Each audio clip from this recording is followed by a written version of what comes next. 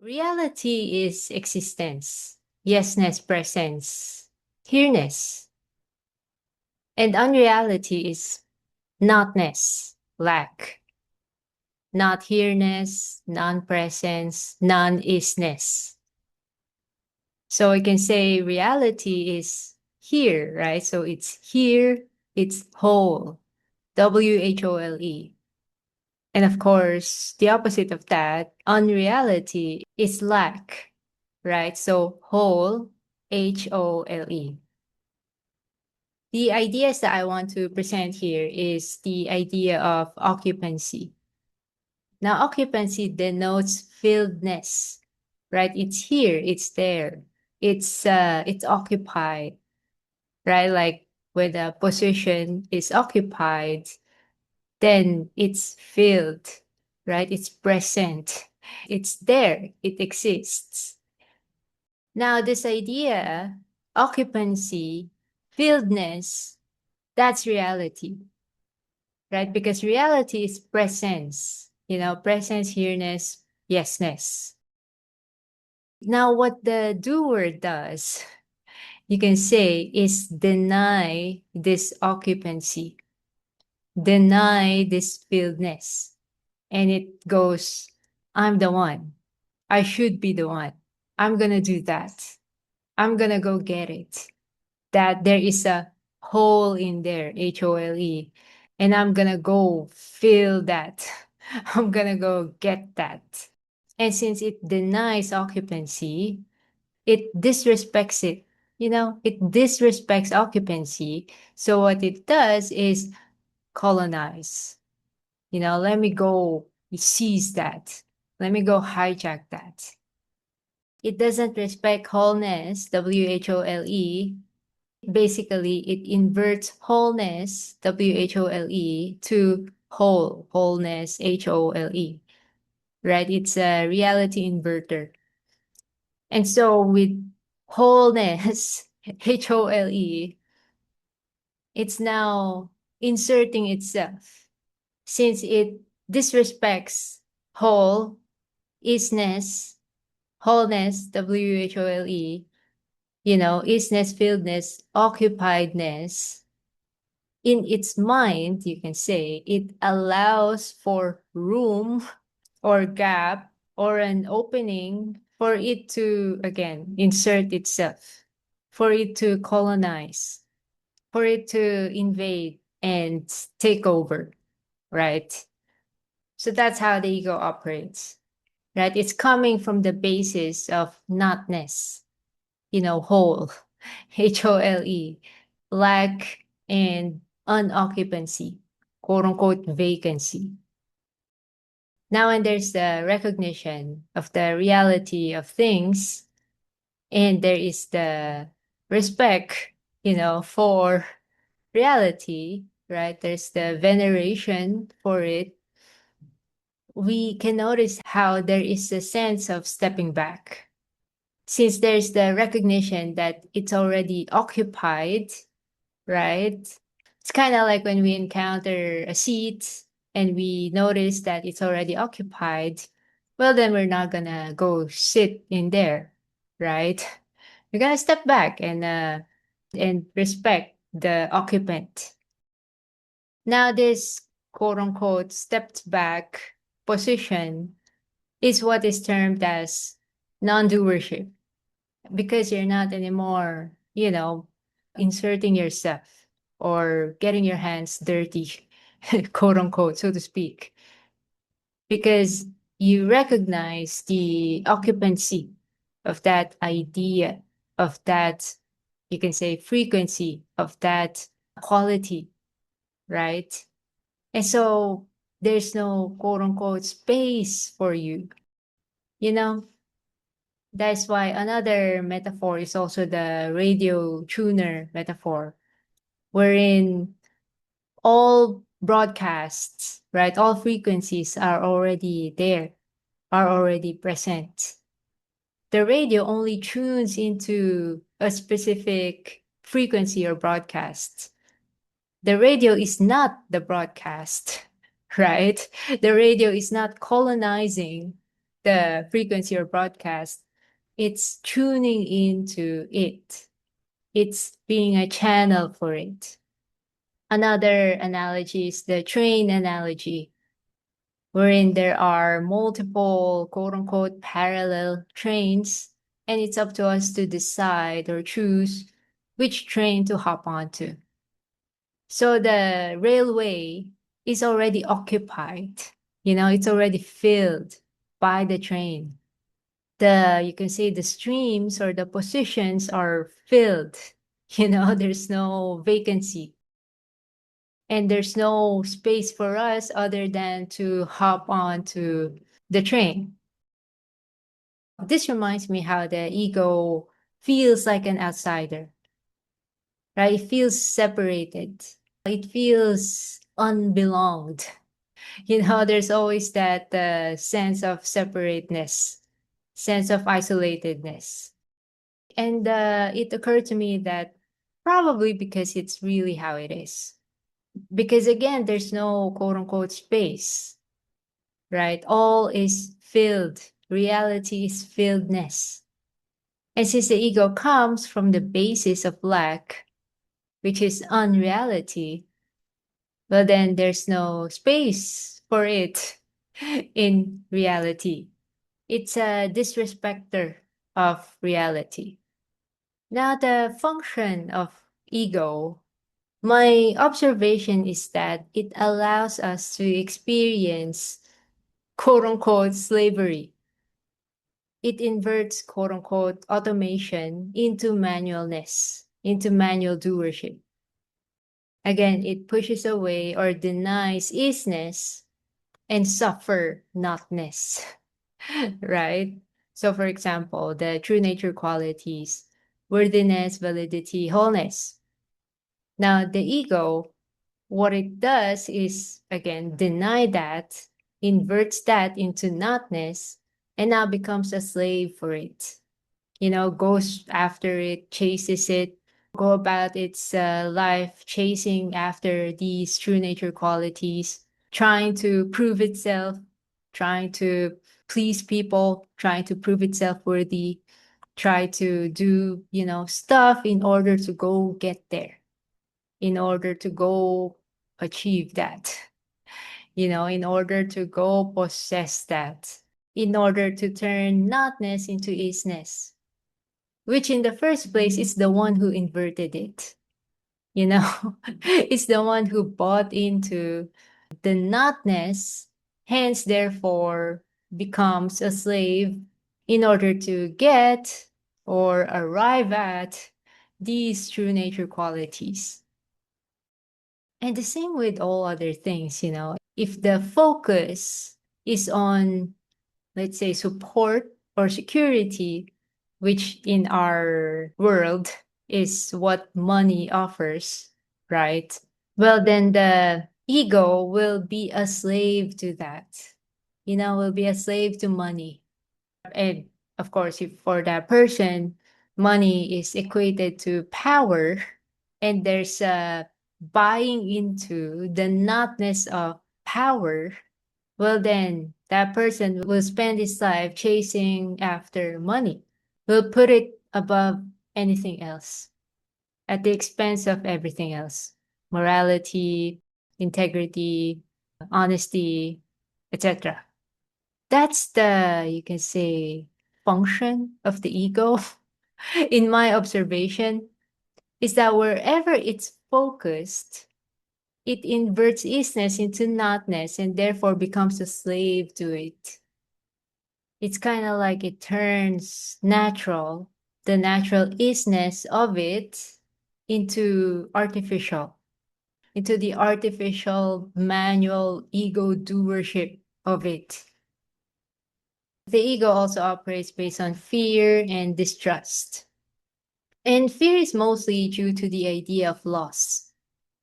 Like when we try to live up to someone's standard or expectation, it's coming from a place of fear of loss of favor, loss of approval, loss of sense of self-worth. Because reality is ever constant isness. ever pouring forth, ever, ever pulsing forth, ever ongoing, ever ising, perpetual yesingness, ever presencing. And so the opposite of that will be not ongoing, not constant, not ever pouring forth, loose ability, fragile, it's fragile, it's losable, it's not ever present. It's in the hands of some other entity or some person, and I have to go get that in order to have it. And if we dump, all the true nature qualities on a certain person, we are emotionally dependent on them.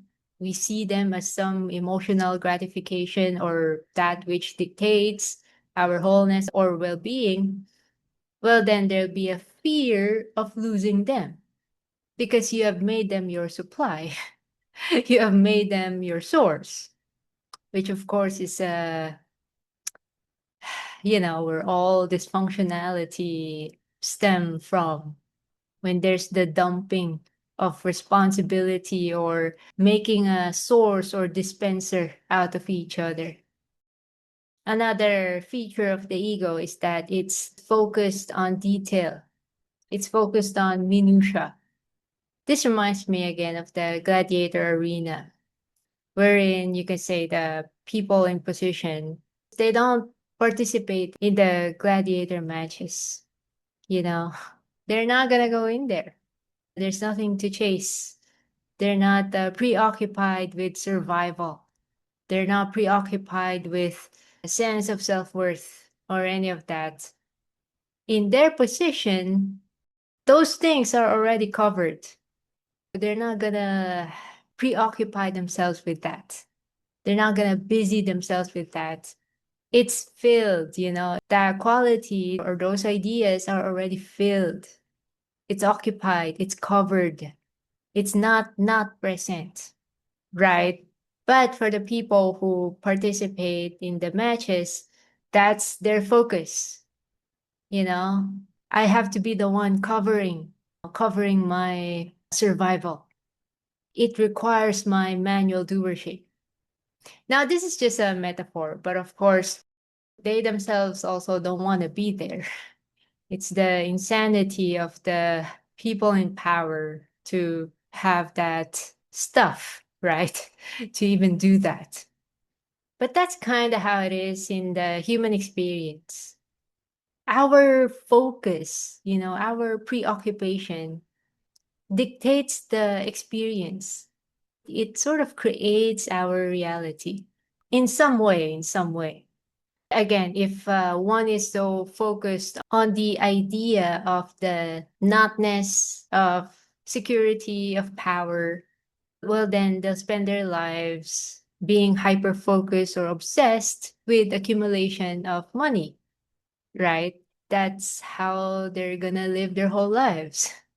So they've created their life according to the notness that they are hyper focused onto.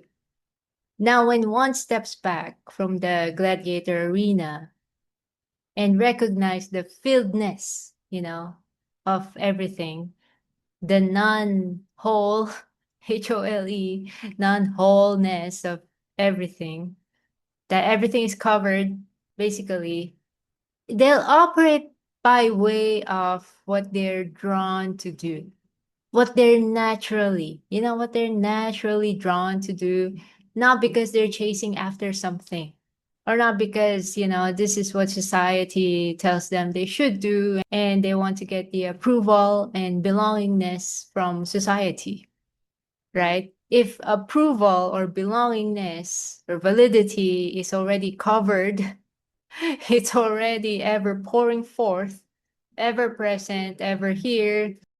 It's not quote unquote take away a bowl by anyone. Well, then what are you going to do now? Most likely that person will finally stop being in the gladiator arena, fighting for his life, and operate in a more natural way. go for what he actually prefers or love to do, you know? And here's where the equations or beliefs that we hold on to comes up. If I do this, right? If I do what I love to do, will I get supported? Will I be able to survive? Will I get shunned and ostracized and lose belongingness and worthiness? But that's still buying into the idea of vacancy, not coveredness. They're still buying into the notness of support, the losability of true validity, love, and belongingness. And of course, that can prevent us from, let's say, leaving a job that we don't like or leaving a situation, that provides us some kind of security or means of survival. But that's the thing, we're kind of also the one choosing it. We're choosing that it's vacant. We're choosing the notness instead of the isness. We're choosing uncoveredness, meaning it's not covered. I have to do that. I have to be the one to do that instead of it being covered. You know how a CEO of a company or people in, in positions, they don't get their hands dirty. All the minutia, all the details are handled or covered for them. Things that are needed to be done are all covered for them by the staff, by the workers. They're not getting their hands dirty in the gladiator arena. They're just making decisions. They're just focusing on their intention and making decisions, knowing that everything is covered. It's all occupied. Whatever doingness that is necessary is occupied or will be occupied or will be done. And so we can learn this aspect, right? We can learn from them, from these kinds of people. And I'm not saying to be a greedy, exploitative, narcissistic control freak, right? But you see, it's recognizing the invisible. Even if you don't have multiple people or external elements that will do the quote unquote covering, right? It's recognizing that it's the case. It's trusting the invisible and not being dependent on the visible external elements. It's not buying into the notness of filledness, you see. We're the ones choosing the position we place ourselves, you can say. Like when we assume or put ourselves in the position of that person who picks up the slack for everyone else, who's the one tying the loose ends, who's the one doing the things that no one else would want to do, well, then you'll be that, you know? You'll be the one in that doingness because you've mapped yourself in that spot, and that'll be your experience. The systems, that are in place is also made possible by every single one of us. People who are acquiescing, to, let's say, bad conditions, unfair, lopsided arrangements, it'll keep the system in place or will be part of the feeding for that, right? And this is also applicable with the, internal arisings. If we take on the position of being the one to quote unquote process some kind of emotion or some kind of arising, then we'll be preoccupied with quote unquote processing that emotion, whatever that is. But in reality, it's automatic. It arose and that's that. There's nothing to it. It rises and it falls. If we don't take upon ourselves to process whatever emotion, it processes itself. If we don't take on that position, if we don't colonize or take on that position, then we won't spend our time being preoccupied with it. It's probably also one of the manipulation tactics of, malicious people. They want us to be preoccupied with emotions, with fear, with trauma, right? So there's constant traumatizing of people, all the fear propaganda, all the whatever. They want us to be preoccupied with these arisings. Or a narcissist. They do stuff to hurt you or to put you down or humiliate you or like scapegoat you, make you some kind of wrongness, right? So that you become preoccupied with that, right? And in this preoccupation, we lower ourselves, we lower our frequency, we shrink ourselves. Narcissists project their stuff, their own insecurities onto other people so that they don't have to deal with it, so that others take up that quote unquote position and their hands are free in that moment, right? They project and dump their stuff onto others for others to pick that up and take on that position so that it's occupied and they don't have to. They don't have to occupy themselves with that, right? And that's the thing, we don't have to. We don't have to take on or pick up the baggage, even if it's thrown at us. Recognize inherent occupancy, you know, meaning it's not needed for us to be preoccupied with that because that position is already filled, it's already occupied. It's kind of like computer processes. It's not up to us to be in there, the computer does the processing itself. It's automatically doing that. That position is already occupied, right? And so always it's up to us. It's up to us to decide if we're done with something and step back from it and finally respect the occupancy of it. That it's not up to us to maintain that, you know? For example, you're in a toxic, dysfunctional relationship or work situation. You have the choice, you have the choice to not maintain that, to not be a feeding for that, to not be a part of the manual doers for that. You can step back and just let it process itself. If the whole system collapses because you step back from it, then it does, you know? It's not your responsibility to maintain insanity. So it's the equations, that we have or beliefs that we have in our minds that dictates our experience. I mentioned previously about the parallel trains. The idea of parallel can be a helpful idea. This idea conveys simultaneity, right? Simultaneous presence. If the radio is tuned in this particular broadcast, this other broadcast is also actually running, right? So both broadcasts are running simultaneously.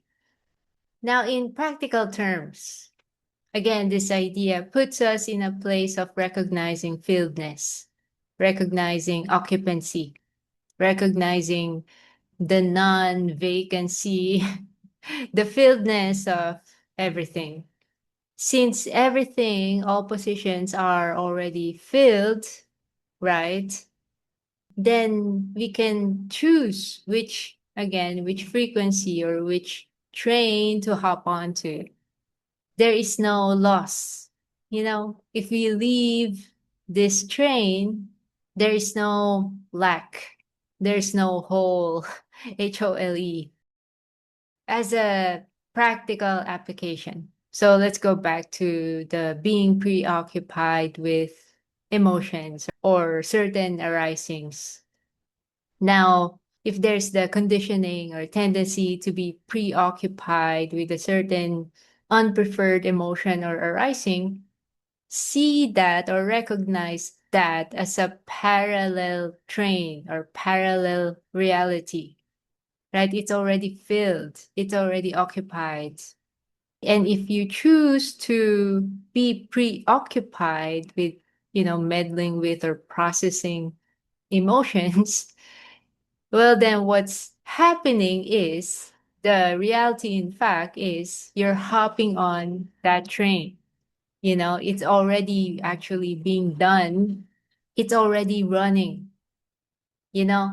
And what's happening is that you chose to hop on that train or tuned in that broadcast, which again is already running. And so if you choose or decide that that is no longer the thing that you want to spend your time on, then you can just decide or choose a different train, knowing that that previous train is not gonna be blank. That position is filled, is occupied. It's already covered, basically. You know how in a company, when you are promoted to a higher position, let's say, your previous position will be covered. Someone will come in to take your place, to take that previous position. It will be filled, right? This reminds me of the saying, nature abhors a vacuum.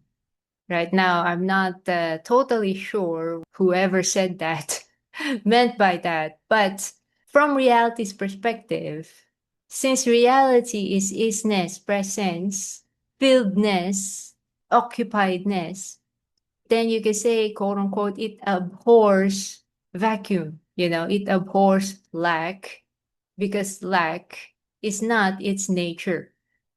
Notness is not isness. Lack or wholeness, HOLE, is not presence or wholeness, WHOLE. Since the nature of reality is filledness, imagine let's say a circle, and it's filled, it's shaded, it's occupied. So again, that's the nature of reality. A practical example in everyday living would be when, let's say, you're stuck in the traffic or you're in a long line. So instead of spending that period of time that can last for hours, begrudging the situation, being annoyed, resisting what is, and being miserable, basically, recognize occupancy in that position so that you don't have to. So that you don't have to waste your currency being in begrudging in that whole time. You can say there is this sense of already having quote unquote delegated that. Like you're already stuck in traffic, right? There's nothing you can do. Begrudging about it doesn't do anything anyway. So might as well free up your energy from that and have your attention elsewhere, you know?